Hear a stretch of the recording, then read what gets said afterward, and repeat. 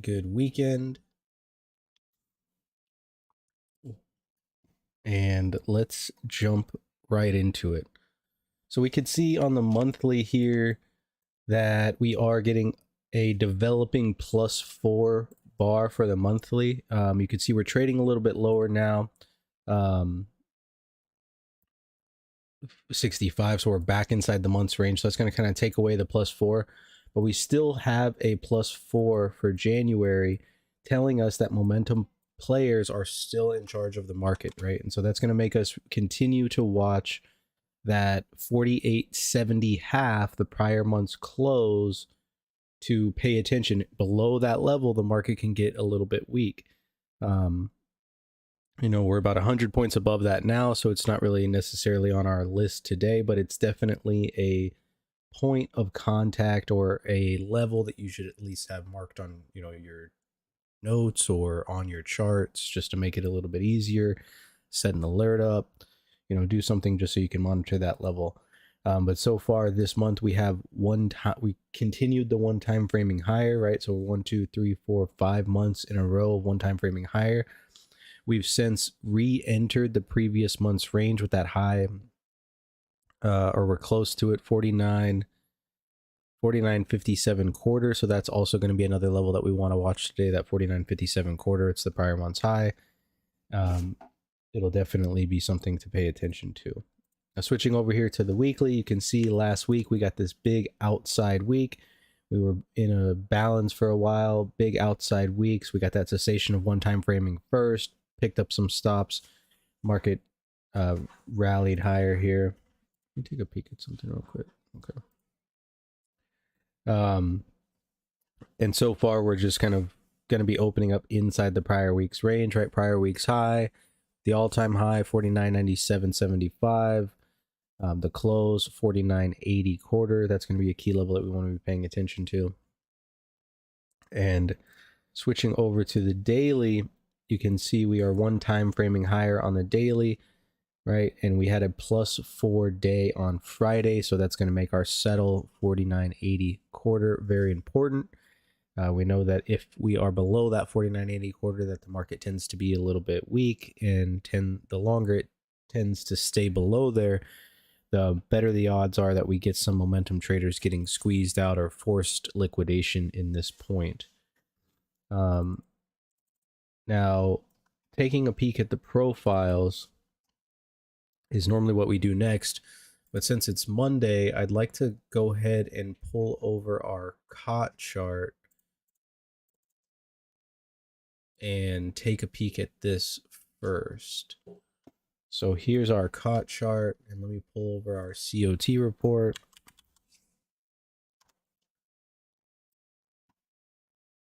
Whoa, what are you doing? There we go.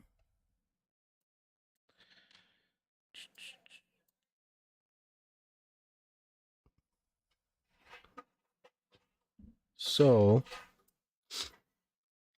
we are looking at the dates from our last COT, which are 24 to 30, and that's these days here, this profile here, right? These 3 profiles are going to be on the next COT report.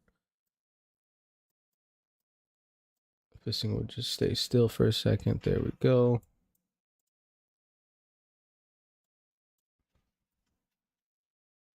We'll bring this over. Okay, and so we can see that asset managers were buying last week and cutting shorts. So strong money, or what I like to call long money, was actually buying the market and cutting shorts. Now, they didn't buy as much as they cut, almost double they cut on the short side of what they bought on the long. So that's not really a full flip. But you can see in that buy zone that we had marked from the previous COT report, and if you've been following our videos or coming in the mornings, you've been aware of this zone. And those 2 days that we traded down, we traded right down into them. So it'll be interesting to see on the next COT if they bought some more, but they're buying kind of into this zone. So we can kind of assume that they were buying here, cutting shorts here. So they were trading this value area here. Now, that's what we're assuming that long money's doing, right? So they were selling these highs, buying these lows, and then we get up here and into the last day, and you can assume that, you know, momentum traders trying to sell. This is what I like to call short money, leveraged funds. They don't really have the length of money that long money does, right? They've got, you know, still some size, so there's still a lot of zeros behind their name, but they don't have the ability to hold on to it forever because most of the time they're borrowing it. So they've got a lot of zeros, but it's most of the time borrowed money. It's like, you know, people say like their net worth is X amount of money, but everything that they own is houses. Well, you know, yeah, they are technically worth this amount of money, but amount of liquid cash that they actually have is going to be a little bit different because, you know, houses are, I mean, they're not super illiquid, but they are not a liquid asset. You can't just go to the bank and be like, I want to sell this house today and get cash for it. It's just not going to work like that, especially not without taking a pretty decent loss on it.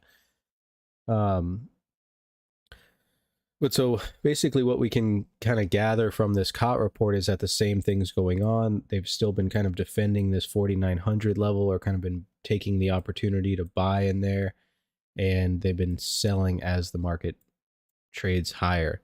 Now, they are still in a fairly long posture, right? 83% long, and you can see leveraged money, or what we call short money, 77% short, so fairly close here. And they just kind of continue here to get farther away from each other as far as agreements on the market. Now, if you really blow up this chart here and take a little peek out, you can see asset managed money typically tends, well, not typically, always eventually comes back to the mean. They pretty much always come back to each other.